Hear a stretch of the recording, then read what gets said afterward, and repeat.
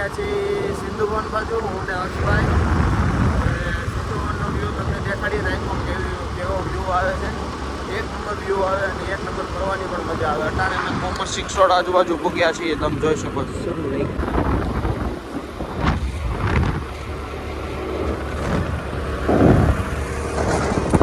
સિંધુ ભવન બાજુ તો જઈ રહ્યા છીએ, પણ વચ્ચે એક દિવસ વ્લોગ નહોતો આવ્યો. એનું કારણ એક જ હતું કે અમે થોડા કામમાં હતા. અમારે હર્ષભાઈ થોડાક બીજી માણસ છે, એટલા માટે થોડું કામ હોવા છતાં અમે વ્લોગ અમારે ગેસ થઈ ગયો છે. અત્યારે મિત્રો અમે સિંધુ ભવન બાજુ જઈ રહ્યા છીએ, પણ અત્યારે પેટ્રોલની ખોજમાં અમે નીકળ્યા છીએ. અત્યારે પેટ્રોલ તો છે જ ગાડીમાં, તમે જોવો.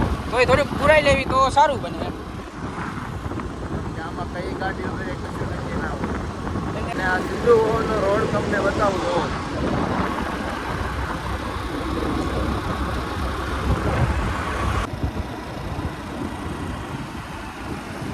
નાઇટનો વ્યૂ ભાઈ, સિંધુ ભવન હવે શરૂ થવા આવ્યું છે. આ નાઇટનો વ્યૂ છે, તમે જોઈ શકો છો. હવે પેટ્રોલ પંપ આગળ દેખાય છે અને હર્ષભાઈ કે પેટ્રોલ થોડું ઘણું પુરાવીને તો હવે અમે જાઉં છું. પછી હવે અમે સિંધુ ભવનમાં તો અમે આવી જ ગયા છીએ, પણ સિંધુ ભવનમાં પેટ્રોલ પંપ પહોંચી છીએ અમે.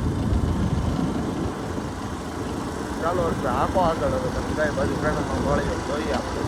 આવ્યો આગળ ક્યાંક હોય તો પેટ્રોલ તમે પુરાવી લીધું છે અને હર્ષભાઈ ફાઇનલી પેટ્રોલ પંપ જોયો જ તો. અને આજે અમે રાતનો વ્લોગ એટલા માટે લીધો છે કારણ કે આજે સવારના અમે બંને ભાઈઓ બજરંગ દળના કામમાં હતા. તમે જોઈ શકો છો આ સિંધુ ભવનના ગેટનો વ્યૂ. એક નંબર નજારો છે.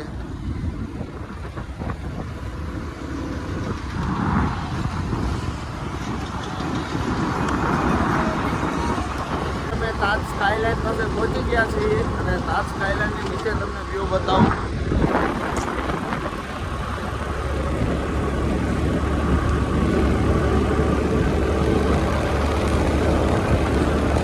સાવ નજીક તાજ સ્કાયલાઇનની બાજુમાં આવી ગયા છે અને તાજ સ્કાયલાઇન હોટલ તમે જોઈ શકો છો.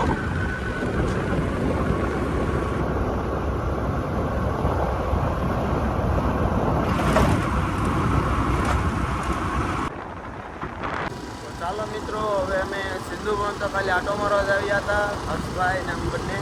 હવે આજનો વ્લોગને અમે અહીંયા એન્ડ કરીશું અને કાલ નેક્સ્ટ વ્લોગ અમે ગાંધીનગર ઉતરવા જવાનું છે અમારા ખાસ મિત્ર એવા જયવીરભાઈ પાસે. અને ત્યાં જઈને તમને ગાંધીનગરનો નજારો અમે બતાવશું.